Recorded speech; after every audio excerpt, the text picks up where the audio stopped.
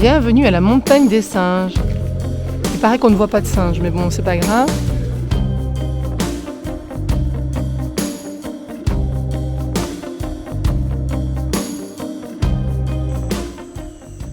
Malheureusement, le problème, c'est les moustiques, même en journée. Donc là,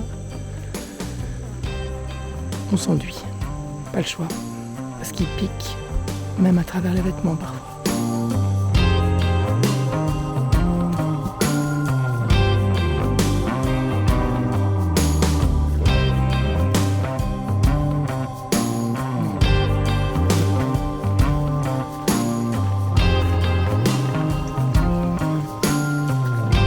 La forêt enchantée. On a vu aussi des colibris.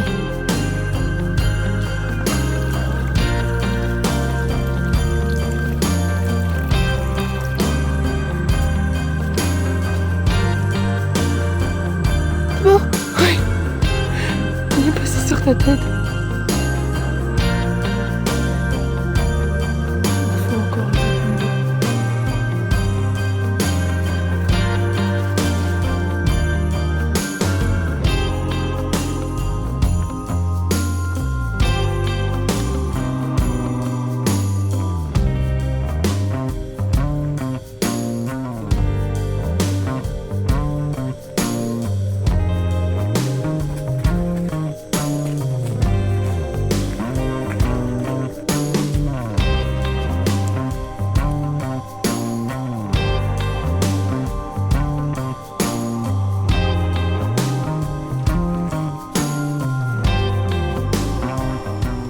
Il y a ici des lianes sur une hauteur incroyable, d'environ 40 mètres. Et ça descend jusqu'au sol.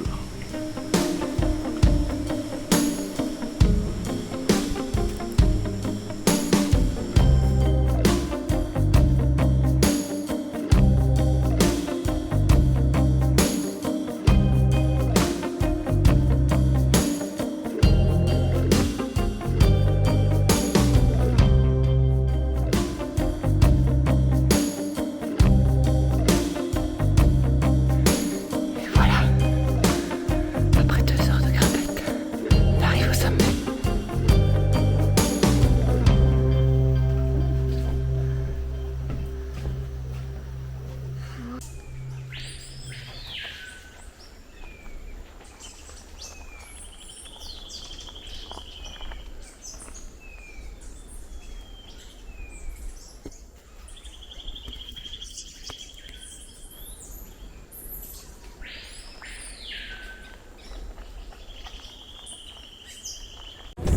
Où est-ce qu'on va? Mais on est à Kourou. On va à la station des fusées. On va voir Ariane. Ça c'était Oliver. Ça c'est Alexander. Ça c'est celui qu'on va envoyer en orbite. Autour du point d'ancrage du lanceur, des carneaux de béton aux dimensions vertigineuses servent à l'évacuation des gaz de combustion. Un château d'eau de 90 mètres de haut déverse plus de 30 mètres cubes d'eau par seconde. Ce déluge atténue le bruit et protège la table des effets de jet. Zone de lancement de la future Ariane 6. Ça, le Jupiter. Donc la vraie salle de contrôle que nous avons visitée avant, qui est dans un bunker, est beaucoup plus près des lanceurs, puisqu'à moins de 5 km, on ne pouvait ni filmer ni photographier. Ici, c'est public, donc on a le droit. En 1964, la France installe son activité spatiale en Guyane, qui sera mise à la disposition de l'Europe en 1975. Sa situation géographique stratégique, proche de l'équateur, ouvert sur l'océan Atlantique et à l'abri des zones cycloniques, lui permet le lancement de satellites vers toutes les orbites. Le centre de contrôle est situé à 15 km d'Ariane et de Vega. Le jour du lancement, tous les responsables des moyens y sont rassemblés. Après une chronologie finale de plusieurs heures, c'est le directeur des opérations qui égrène le décompte final.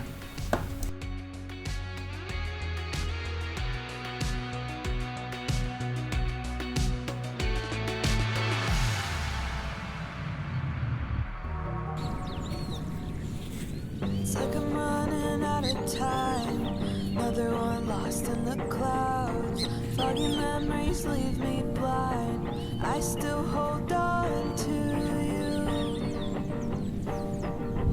I still hold on to you.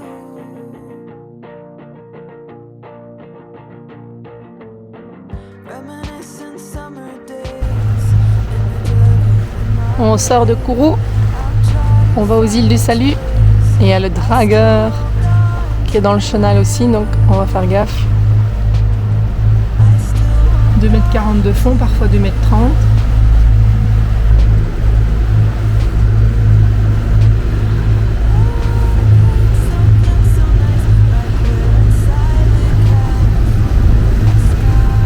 Ah, il crache, hein. Le Delta Queen 2.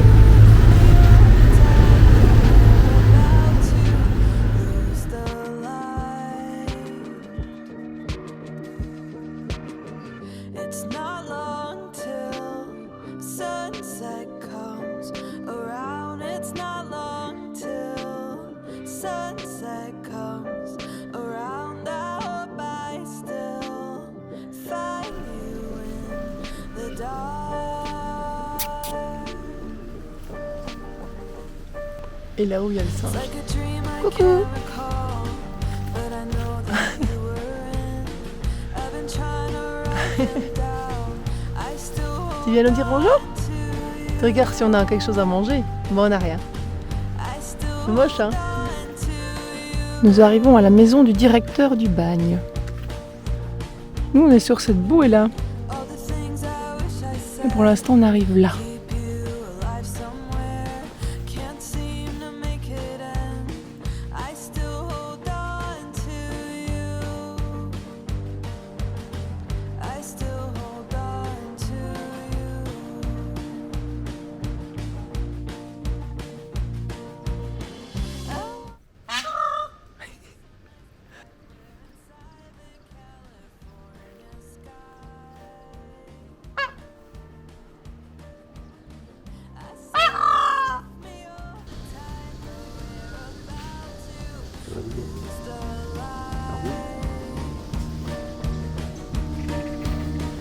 It's not long till sunset comes. Depuis 1793, les îles du Salut sont un bagne.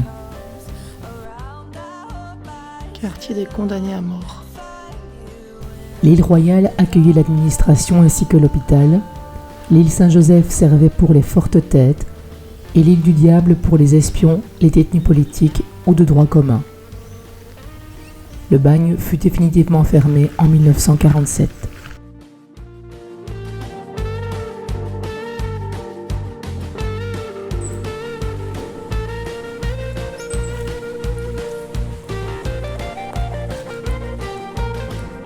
I wanna paint Au nord de l'île Royale, avec vue sur l'île du Diable.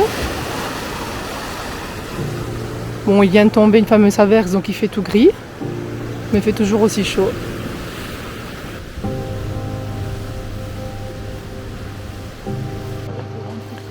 Sur l'île Saint-Joseph, toujours sous la pluie.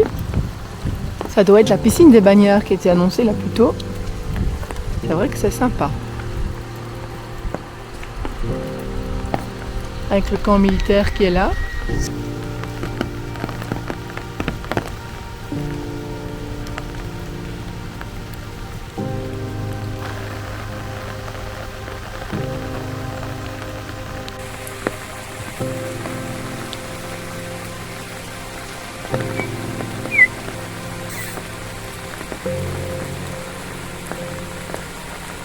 Regarde Thibaut, direct.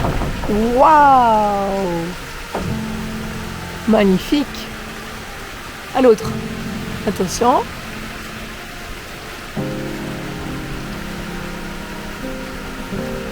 Superbe! Bravo!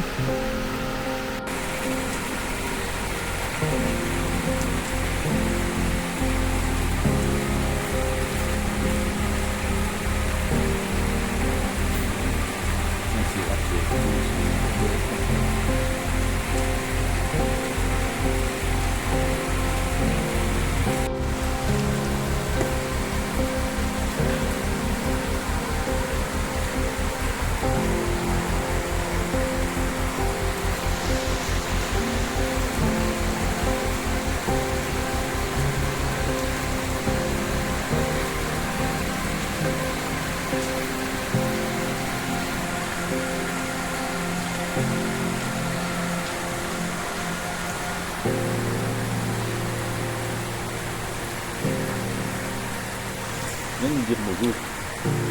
Si. Non? Arrive, il arrive. Tu viens nous dire bonjour?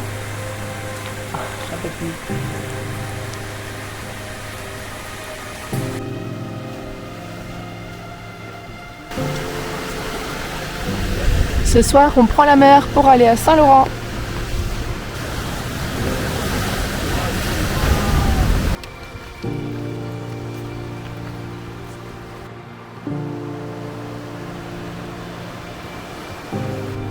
Malgré la pluie, on sent bien que c'est une petite plage sympathique. Une avenue grandiose sur une toute petite île. Bizarre.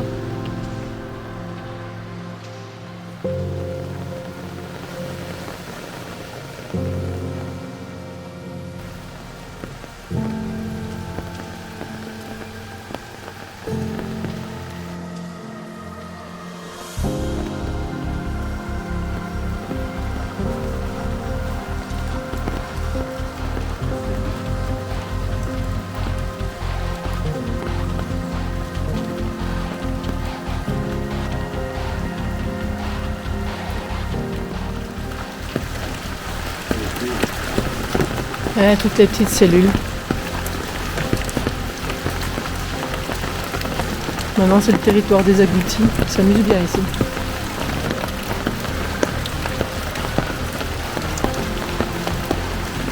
Énormément de cellules.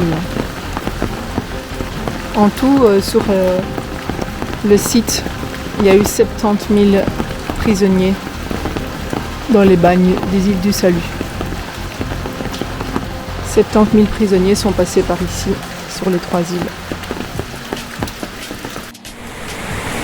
Et il est presque 4 heures du mat. On fait entre 6 et 8 nœuds avec ce tout petit bout de phoque. Il fait de nouveau un temps épouvantable, tombe des averses, mais pas possible. En fait, on est parti avec la grand voile. Il y avait plus de vent, on a dû affaler parce que la houle faisait tout valdinguer de chaque côté. Et maintenant, le vent a passé tout d'un coup de moins de 10 nœuds à presque 20. Mais il y a du courant qui nous pousse à 4,5. Du courant de 4 nœuds et demi qui nous pousse. Du coup, on a une vitesse incroyable. On pourrait remettre la grand voile, bien sûr, maintenant, mais bon, puisqu'on fait déjà plus de 7 nœuds, on risquerait d'arriver trop vite dans le Maroni et de ne pas être avec la bonne marée. Oui, et Thibaut dit qu'il a fait 3h30 à la dérive, tout en maintenant quand même plus de 4 nœuds de vitesse, rien que poussé par le courant. Là, il y avait rien comme vent. Hein. Ouais. Juste avant, il n'y avait pas de vent. 3 heures sans vent, 3h30 sans vent à la dérive. J'avais plus rien, je faisais 4 nœuds à la dérive. Juste poussé.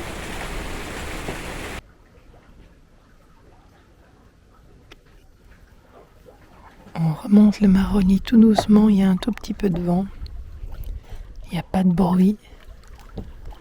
J'entends juste les petits clapotis de l'eau là. C'est d'un calme, c'est agréable comme tout. On fait du 5. Grâce à la marée, parce que sinon on ferait que du 2,8.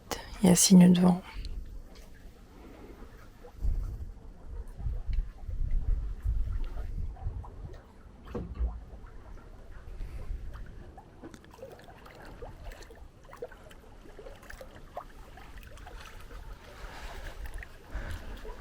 Comme on a encore eu une nuit pas terrible, on a eu des pluies énormes. Donc là il fait sec, le bateau sèche, l'intérieur sèche. On rentre dans le fleuve et tout va bien.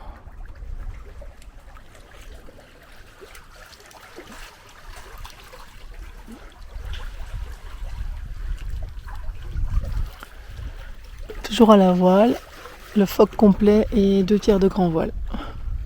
À peu près.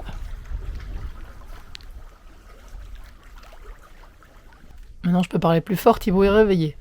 On va vraiment longer ici très très fort le bord. On fait du 5, toujours bien poussé par la marée.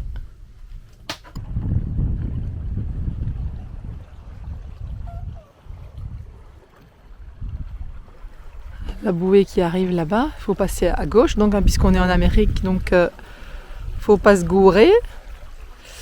Les rouges c'est à tribord, donc il faut longer la côte ici. Et on est assez près. Hein. On est à peu près à 100 mètres. Et je crois qu'on va encore passer plus près. C'est tellement calme. Petite accélération soudaine.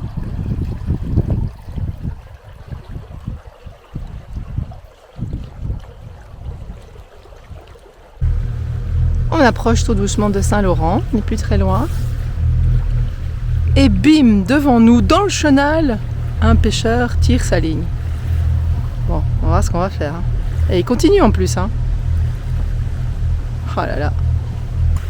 Voilà, son filet commence là à la petite bouée. Donc nous, on ne sait pas passer à gauche, c'est trop étroit, pas assez profond. Il tire, il nous voit arriver. C'est ça que ça nous énerve très fort. Surtout quand on a passé une nuit en mer et qu'on est fatigué. Il nous voit arriver et il continue à tirer.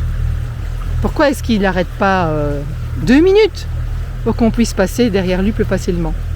Thibaut accélère parce que sinon on n'aura plus assez de place. Hein, parce que là-bas, il n'y a plus de profondeur à tribord. Le chenal, c'est ici.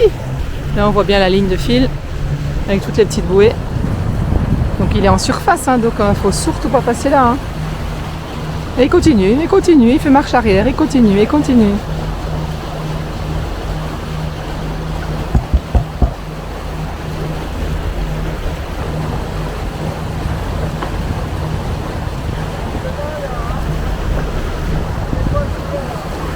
Vous êtes dans le chenal, hein?